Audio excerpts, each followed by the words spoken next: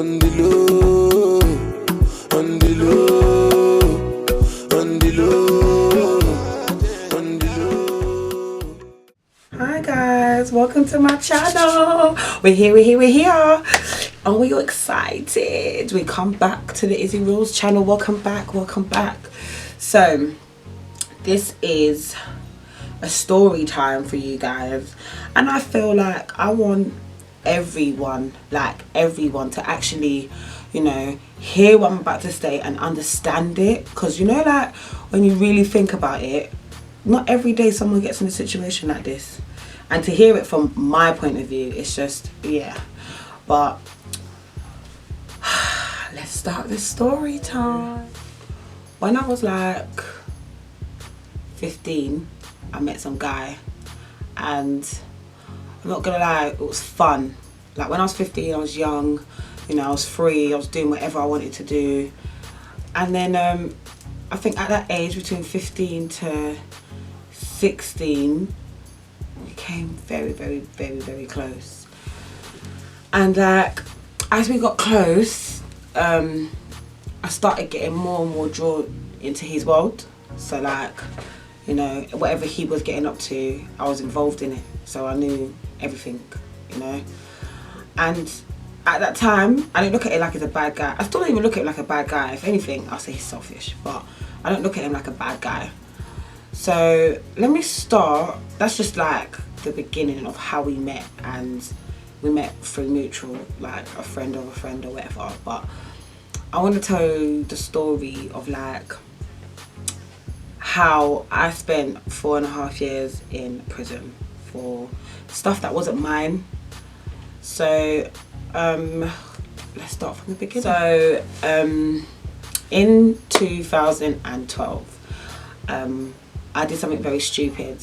So I have a son, and he's a big boy now, but at the time he was 20 months old. So I don't ask me why, I don't know, and I'm being honest. I don't know why I done it. I think if anything, I was in love. So like, I remember him asking me, I have got three male friends.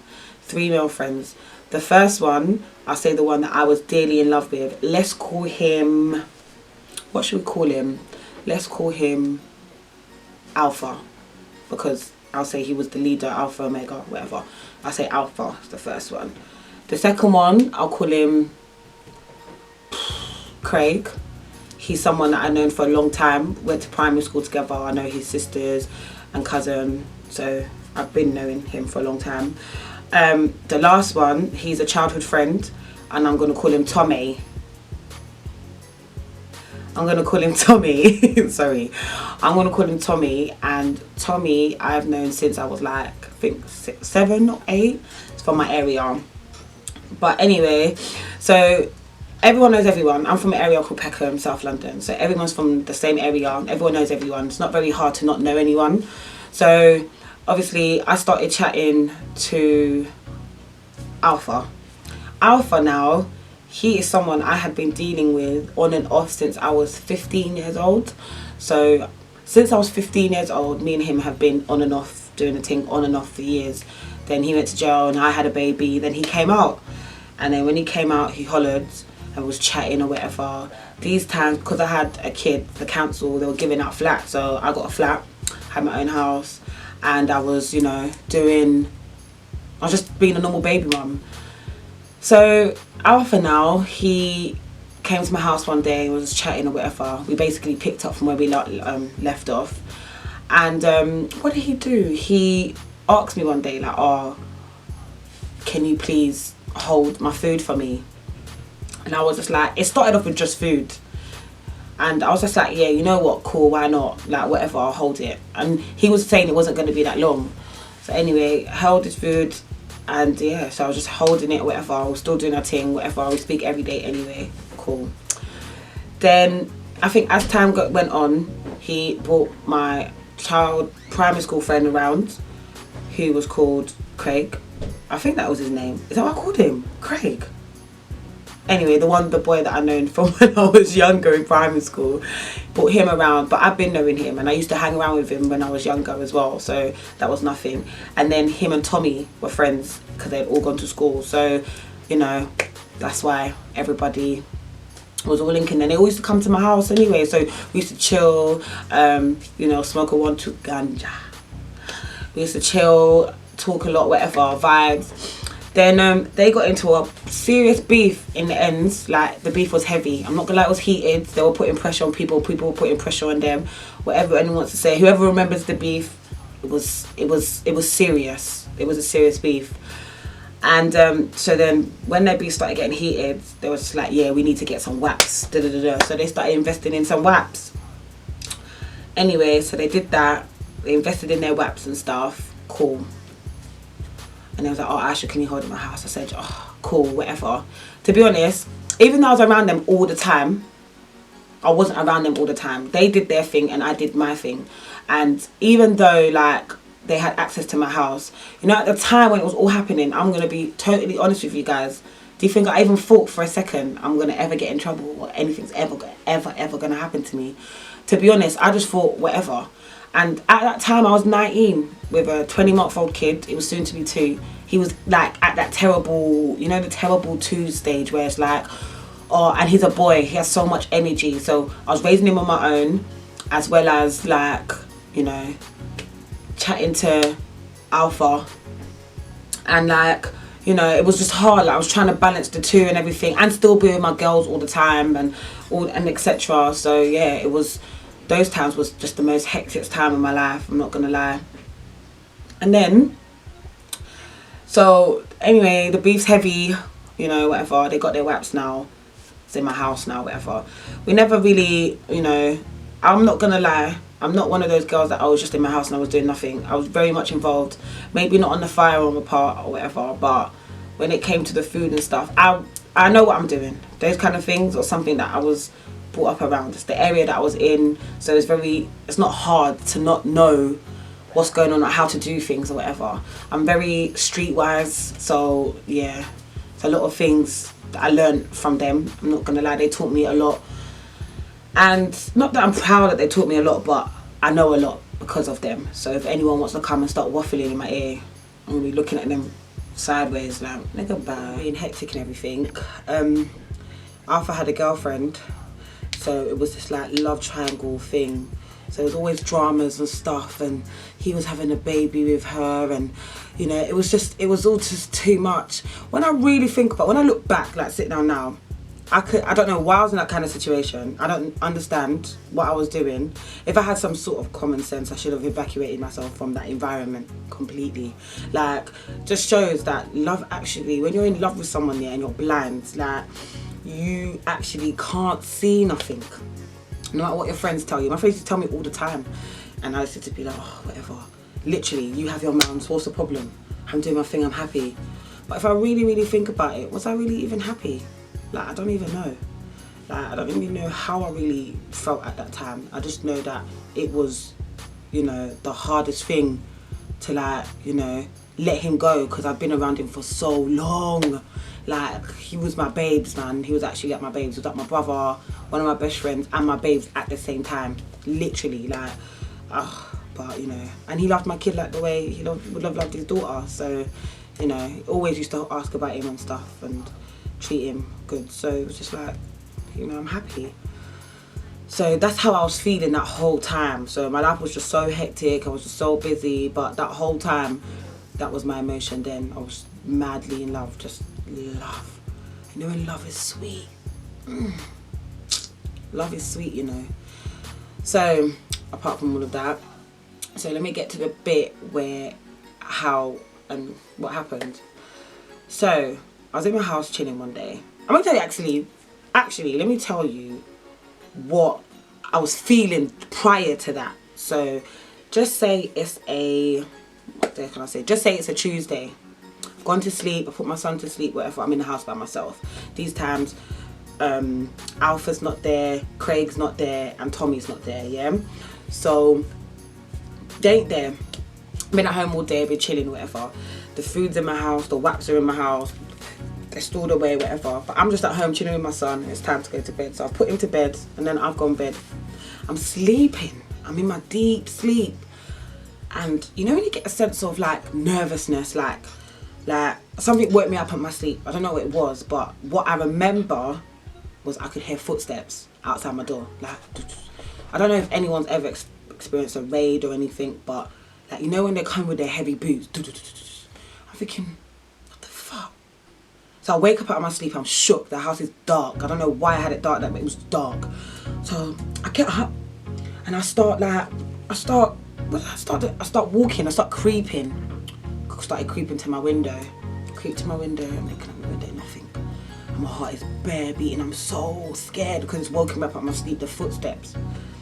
Then I thought, oh, fuck it. Let me just open the door. Like, if they're there, they're there. I bust the door, no one's there. I don't see nothing. I live in a block and I was on the 5th floor. Didn't see nothing, no one was there. Cool. So I was like, okay, cool. I went back to lay down, I went to sleep. But you see, when I got from that was a nervous feeling.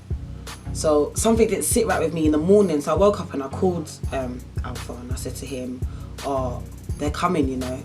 Oh, don't worry about it, Iz. They ain't coming. They ain't gonna, don't worry about it. And I was like, no, for real, my belly, I got a nervous feel, like I can feel it, they're coming. Like, nah, man, they ain't gonna come. Why are they gonna come for? Why are they gonna come to your house? 2 days later. Tommy comes to my house. He comes, chills for a little bit, then he bounced. He said, I'm going home, or wherever he went. He come, cool. Then Craig came to my house and he was chilling. They were all there together, to be honest. And then everyone just started leaving one by one and left me and Alpha by ourselves. So, but with Craig, what I felt like did happen is that when he came to the house and he left with the house, he came to the house with nothing, left the house with a whap, whatever he went to go and do, I don't know. Then he came back to the house with the whap, cool. So that's all happened or whatever, that's all done. So he's bounced. He went to go and link gal. I don't know what he went to go and do, to be honest. I don't remember. I'm sitting in my house. I'm with Alpha. Alpha's just finished bagging up or whatever. And I'm chilling, I'm watching my favourite show in the whole wide world, NCIS. I love Gibbs, by the way. And what do you call it? I'm sitting in my house, I'm chilling. My son's bath, bed, everything, he's sleeping. And Alpha's, you know, bagging up in the living room, whatever. We're sitting there, we're chilling. We're actually chilling, like, we're chilling, whatever. All we hear is boom, boom. I was like, but it wasn't my door. It was my next door neighbour. My next door neighbours is a white man and a Chinese woman. And I think they had a ute. So I know for a fact, they weren't going for them. The panic. Me, when I get nervous, I'm the type of person I freeze. Like, I freeze. And I actually was stuck in that. I couldn't move. Thingy's got up. Alpha's got up and he's all over the gaff. When I mean all over the fucking gaff. Whilst he's running up and down, they've obviously banged off the wrong door. Then they've come to my door and they start booting off my door. Hey. Excuse me. Hello. I could have shot myself right there. I was so scared. When I think about it, when I think about it now, I think, no, I could have died. I was so scared and my son was sleeping. So the banging, you run up and down, you hear the toilet flushing, things are getting thrown, whatever, left, right. I couldn't move. The only thing I can say that I tried to do was store them. And I'm going to keep it real. I tried my hardest. I was just like, you know, creeping. I was like, I'm coming, I've got a baby. And there was this drilling on the door. I was like, nah, this is, hey, what is happening? This is like a movie. I was so scared. I thought, okay, I went and grabbed my baby and I walked towards the door. They were trying to drill the door, they couldn't drill the door. We had like, I'm not gonna lie, we had a good 2 minutes. And you know when you think about, 2 minutes is short, no, in that kind of time, that's a long time. We had a good 2 minutes from when they knocked off that door, came to my door. Because you know feds, y'all idiots. They don't know how to do their job or their intelligence isn't, you know, as great. But I finally opened the door a little bit, the door's bust open. There's red dots everywhere. I'm holding my son like this and he's just like, obviously the banging has woke him up. And he was tried to cry, he didn't even cry too much, he was just more dazed and confused, like, and I had him in my hand, and then literally my Cody was behind me, Alpha was behind me, and all the red dots were on him. Them arm jakes didn't come to play. My niggas, they didn't come to play. When I mean, there was like 50 of them. So I've just seen feds everywhere. I looked over the balcony. I lived on the 5th floor, so I looked over.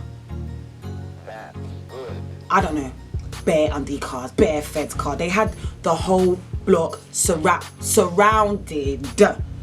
Like, the move that they came for us is like they were coming for, I don't know, Escobar or El Chapo or something like that. They weren't playing, yeah? So I was like, I got my son in my hand, it's cold. And then they're saying, we found some stuff in your house and you're getting arrested. You're under arrest for possession of a firearm with intent to endanger life. I said, endanger who? I said, what? You know when when craziness starts to catch you, you know some people when they get nervous they start to laugh. Oh, that's me. I actually was like, huh? No. Sorry. I'm not coming to die here. I'm not going where you think I'm going. I'm staying right here in my house. Obviously, you know these onion boys, they have no choice. They just quickly said, oh yeah, come on. You have to drop your son. I called his grandma. His grandma was like, yeah, bring him now. Dropped him to his grandma, and I went to Peckham Police Station. And when I tell you, I never, from that day, saw the end again. So, you know, I'm not gonna lie, I was emotional. But guys, that's all you're gonna get from me today. I only want to give you half the story because I'm gonna give you the other side of the story later. But trust me, it's gonna get even more juicier because I haven't even got to the time when I've been sentenced. Before that, what was said, nothing. But I'm telling you guys, ride it out with me, you're gonna hear the full story. Thanks for watching, guys, and hopefully you like and subscribe.